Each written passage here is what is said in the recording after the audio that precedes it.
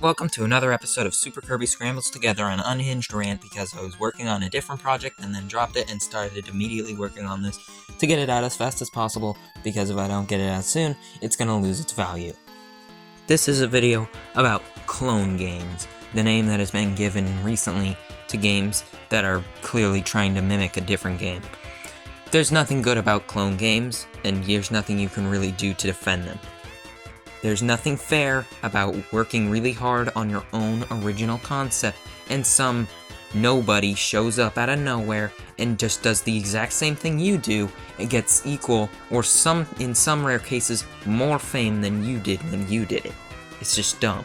If this video is crappy, it's because 1, I'm sick, 2, I'm not using a script, I'm just recording random audio and sometimes replacing it if it sucks. This video is probably not going to be what you think it is, so better watch the entire thing before you randomly write an extremely long essay defending one of your favorite games, because I have a lot to say on this.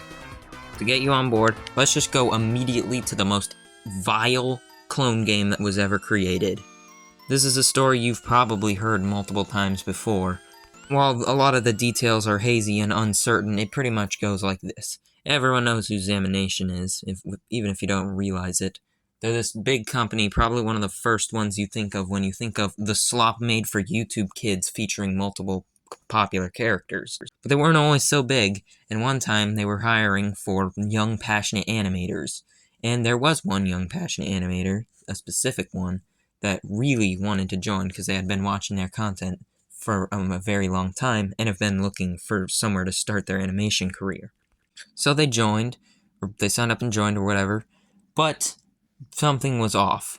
They asked him to sign this contract that any animation that he created had to go to their channel, and he's not free to put it on any other channel. Any other channel that isn't run by them, because they have like 5 other channels and post the same videos on every single one.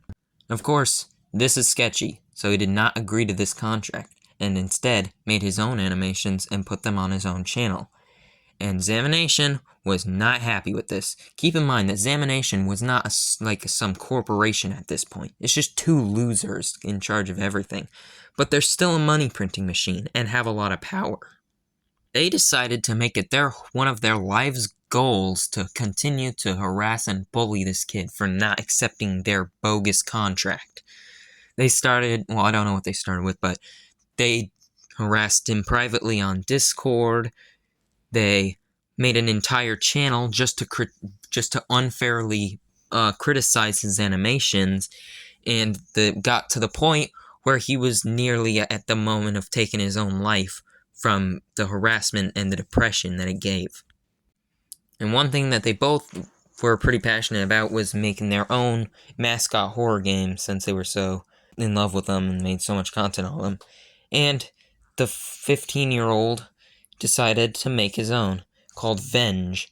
It features this frog guy, you've probably seen him before, and it's about an abandoned movie studio. It's not the most original game ever, but it's not really copying off anything, and it had its own aesthetic. But Examination, now known as Mob Games, saw this and decided, what's one final way to really put the nail in the coffin of bullying this kid for no reason? And they created Poppy Playtime. There is no 100% confirmation that this is what happened, but considering all the other things they did to personally attack this kid, there's no doubt that they at least knew this game existed. And unlike the other games that will be in this video, which were seen by the fans, and they noticed the similarities, Venge's plagiarism was called out by the creator himself. And considering he is already a victim of so much abuse in this, we should probably take his word for it. While Poppy Playtime takes the most inspiration from Bendy, it's the most visually similar to Venge than any of the other super popular mascot horror games. I won't be making any direct comparison to the games because eventually one day I want to play Venge blind, since it deserves more respect. But Poppy Playtime, even in itself without any of the plagiarism, is a really mediocre game. If you take away the voice acting and the fake commercials, it really has no soul. Huggy Wuggy just looks like every mascot horror combined, plus the Cookie Monster. Mommy Longlegs is just an actual toy that exists. And the others aren't even notable enough to bring up. Not that Venge's is any better, the frog character is even less inspired looking. But the problem is, despite the fact that a lot of people know this story, Venge still has very little following, while Poppy Playtime has a massive fan base. I'm already regretting making this video when I'm sick, but this kind of stuff is sickening to talk about, so like, and though they apologized, even though they completely denied the claim that the game was inspired off of Venge, they still continue to make really bad business practices. They freaking merchandised a placeholder sprite! Oh, what? Yeah, this is out of nowhere, but because shuffling around the audio in this editor is a complete nightmare, I'm just gonna say, this is already a higher budget video than I normally do, or higher production video than I normally do, but I don't have enough room on my phone to use like 50 million pictures, so like, Necrotius middle finger. And the worst part is, like, it's not that people don't know. This story was absolutely everywhere. People would rather just live a world where they financially support horrible people than to live in a world without Poppy Playtime. Mostly kids, but some other idiots too. And then came Garden of Banban. If you thought Poppy Playtime had no soul, you've seen nothing. Everyone in the entire internet has already dunked on the Garden of Banban. It's basically become the collective internet's punching bag now. But in doing so, they unironically gave it more support. So just like Poppy Playtime, Garden of Banban has an enormous fan base. And there is just there's nothing. Garden of Banban is just a direct Poppy Playtime ripoff. A ripoff of a ripoff. That's horrible. Oh, and the Euphoric brothers, who love to victimize themselves, are terrible people as well.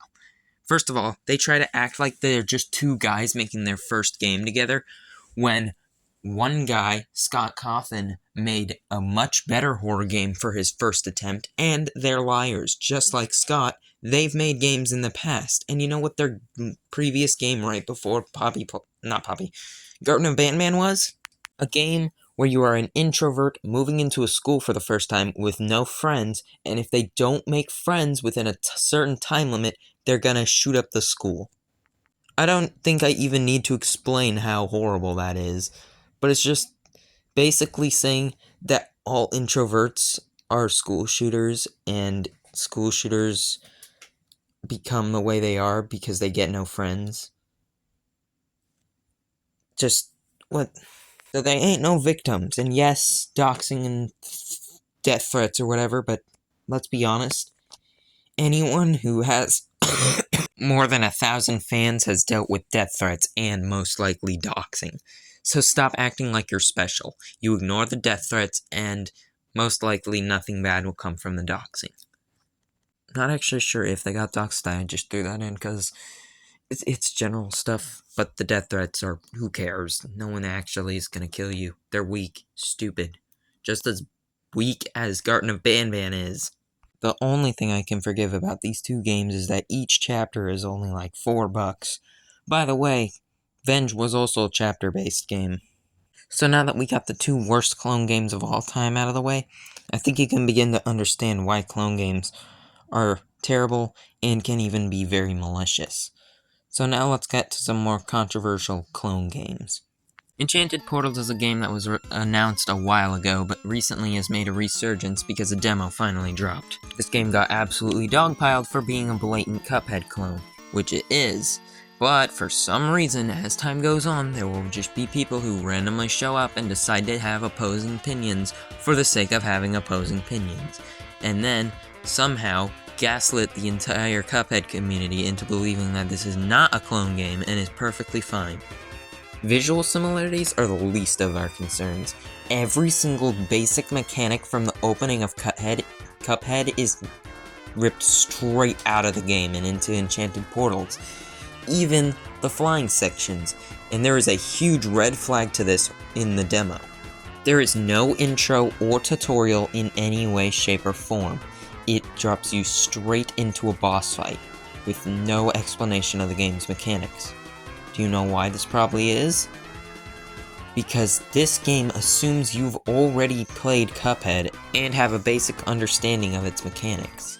But even worse, for a while it's been accused that the sprites are actually traced. Unfortunately, we don't have a proper sprite sheet of the characters leaked yet, so I had to just take some really crappy screenshots and layer them over the Cuphead sprites. I don't have all the time in the world though, so I only took 3. While it's obviously not literally traced over like a stencil, I still believe they are traced in some aspect. Whether they were traced and they just changed the proportions of the limbs later, or they had them on the bottom layer when they were drawing and just drew something similar, or at very least had them on a computer next to them, looking at it, replicating it. And I know they didn't just base it off of memory, because I tried doing that when making an animation for mine, and even though I had a perfect image of what it looked like in my head, when I actually ended up drawing it, it looked completely differently. Then of course, a big influencer like Bijou Mike has to show up out of nowhere and act like the game is a good thing, and then a million kids, stupid children who only say the same things that their influencers say, will suddenly think this is a perfectly fine game. But in the end, this is just us fans complaining. What do the Cuphead devs think of Enchanted Portals? If you ask me, Enchanted Portals had 2 unique aspects that really did feel like its own. The portals, and this cow boss, which was featured heavily in the trailer and in the demo. And what do we see literally only 2 months later in a trailer advertising the new Cuphead DLC? A really iconic cow boss and portals. This very clearly reads like a you stole from us so we stole from you type moment. But the greatest sin of Enchanted Portals is that Cuphead used actual authentic cell animation for all of its art, on paper, in real life, when Enchanted Portals just has animated in Unity. The fact that anyone thinks that Enchanted Portals could even take a candle to Cuphead is laughable. But enough about Enchanted Portals. Let's talk about the surplus of games that have been claimed as Hollow Knight clones. And no, this will not be including Crowsworn, because that is an actual game with its own identity. Though, ironically, a demo for it did come out around the same time as the Enchanted Portals demo. Starting with Gleamlight, since it was the first. This picture pretty much says everything you need to know. I've only seen footage of one other area in the game, and it also looks just like an area in Hollow Knight, being Green Path. This game ended up getting no recognition or respect because the game itself was just really poorly made, both in its mechanics and in its polish. It was never really decided if it was a Hollow Knight clone or not. I have much reason to believe that the game was at very least trying to leech off of Hollow Knight's success. That's because what the devs said. Why is it that devs can never be clear on what they mean when confronting an accusation?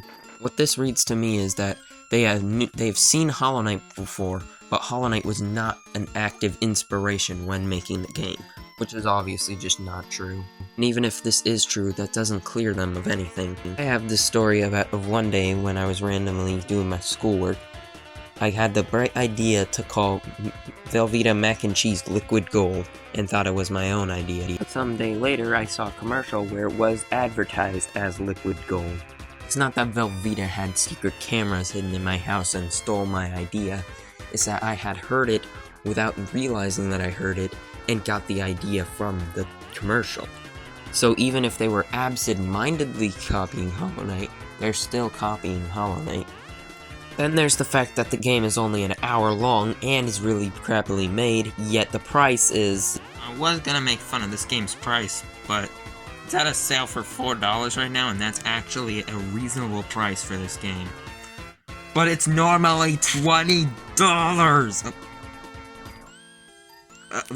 It doesn't feel like showing it, but it's $20.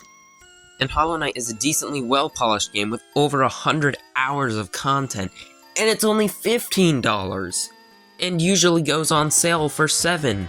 It seems Gleamlight was once a passionate indie game with a unique art direction, but was later turned into a cash grab for impatient Hollow Knight fans desperate for Silksong. But it's nothing compared to this next game. This game is such a Hollow Knight clone, it feels like a parody. It feels like they saw all the other games getting wrongly accused of being Hollow Knight clones, and they're like, amateurs, we're gonna make an actual Hollow Knight clone. I don't even think I need to show you a side-by-side comparison to convince you that this was traced. Also, I looked at the studio publishing it, and they have no other games. Really telling that we have a long list of original and passionate projects to prove that they are not copiers. This game just got suddenly announced and then disappeared off the face of the planet. They haven't made any statements, haven't made any updates, we know nothing about this. So there's really not much to say. But, what is that? That's a Gacha Life avatar! Stinky Tofu Games, are you mentally okay? Anyway, they stole the story too. I'm gonna assume you already know Hollow Knight's story. If you don't, there's plenty of videos on it. Instead of being subtle and cryptic but intriguing, like Hollow Knight's Steam page is, it just straight up says what the story of the game is. Basically, it says, a mysterious king showed up into a civilization one day and did a mysterious something, and now suddenly there is a plant-based virus on the loose, infecting the people, and the kingdom has crumbled. I wonder where they got that idea from. They even take it a step further. They stole story elements from fan theories. It says that a girl born from a mysterious, unnatural birth is called by her mother into the land that the game takes place in. The knight, a creature also with a mysterious and unnatural birth, is believed by many to be called back into Hollownest by the White Lady, which is your mom. Now, personally, I think that Monomon, the teacher, calls you back into Hollownest, but that is completely irrelevant. So yeah, I'm honestly hoping Lotus Knight just reveals to be one big joke. There's nothing they can do at this point to salvage it, besides completely reworking the mechanics and sprites. Also, there's this RPG called Mondari or something that came out recently, and people are already claiming it to be an Undertale clone for some reason, and it's not. Just period. So in the end, clone games are bad. They are leeches, and supporting them and buying them encourages other people to stop having their own ideas and to just copy whatever else is working. But being inspired by other media is not bad. But the thing is, you have to be inspired by a range. If you're inspired by just one thing, you're just going to create that, but again. When you're inspired by a variety of things, that's when you create something unique, and that's how Hollow Knight was created. It was inspired by Dark Souls, Paper Mario, Metroid, and a bunch of other things. You cannot trace Hollow Knight back to one game. So what do you think? Was I too harsh on some of these? Do you think that all of these are actually traced? Well, Gleamlight's definitely not traced, but do you think Lotus Knight and Enchanted Portals are traced? Let me know in the comments below!